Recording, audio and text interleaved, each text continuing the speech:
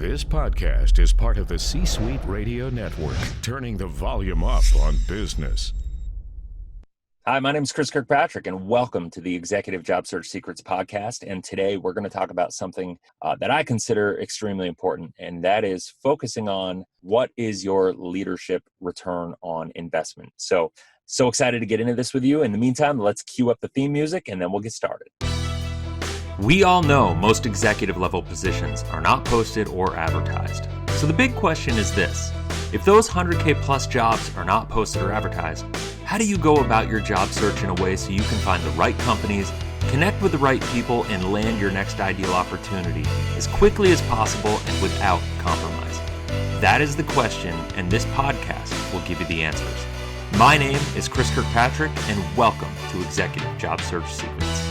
All right, so this is one of my favorite topics to talk about with people, because I think it's an extremely important launch point as you begin your search process, no matter what your position is. I'm not sure if you're thrown into the job market and you're actively looking and in between positions, or if you're just kind of trying to get ahead of it and advance your career proactively, or if you see a merger coming in your organization and you're trying to get ahead of this thing.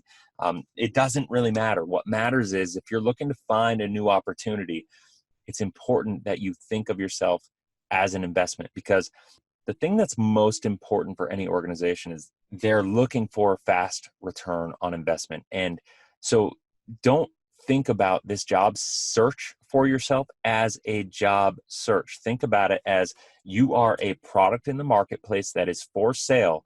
And like any product, I don't care if you're selling a widget, or if you're selling a Tesla, or if you're looking for or if you're selling an executive, or if you're selling $1 million house. The bottom line is, it doesn't matter. Like, it's all about figuring out what are the problems for the buyer and how does the product solve those problems, right? So you as a CEO, you as an executive, you as a leader for an organization, no matter what level you're coming in at, your ability to increase your odds of getting your job and landing what you're looking for is going to be based on your ability to identify those problems, articulate the solutions, and how do you build your brand around that, right? It's important that you understand that. Like, they don't care about where you've been, what you've done. They care about the results that you've had.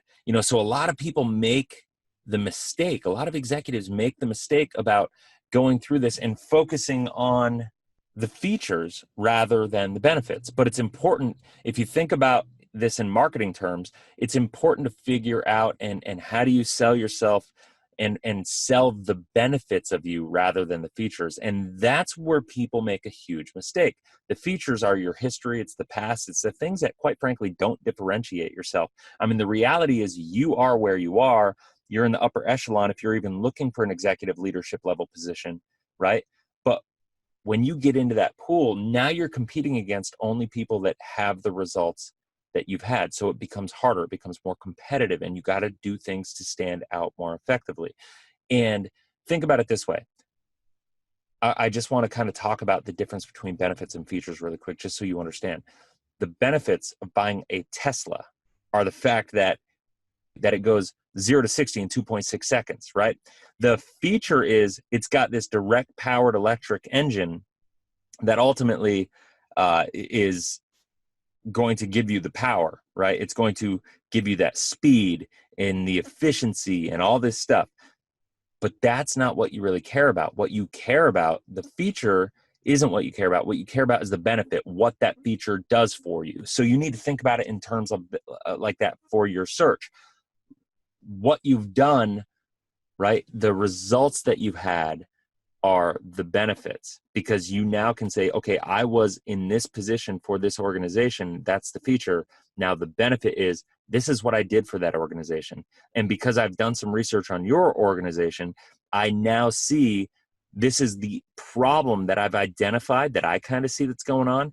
And I believe I'm the best fit for your organization because I've been there, I've done that. This is what I've seen. This is what I've done. These are the results. These are the benefits that I have brought to an organization, and I can bring these to you as well, right? So it's important to understand from that, because no organization, like I said, is going to just hire you. They're going to invest in you. So when you get down to the final 4, 5, 6 people in the interview process, your ability to really drive home the fact that you understand them that you understand their culture, that you understand their direction, and that you can bring the fastest return on investment for them is going to be what helps you the most.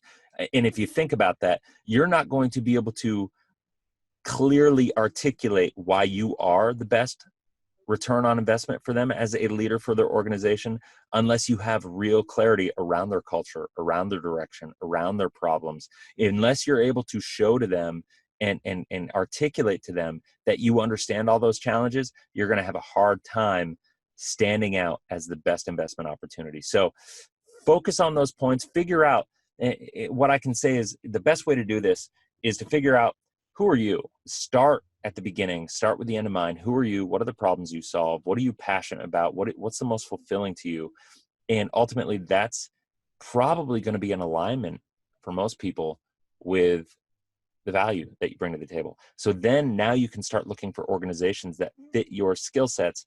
And now once you start doing your research into those organizations, and we have the Epic planning system for interviews and preparation that I'm going to do a podcast on. So be looking for that.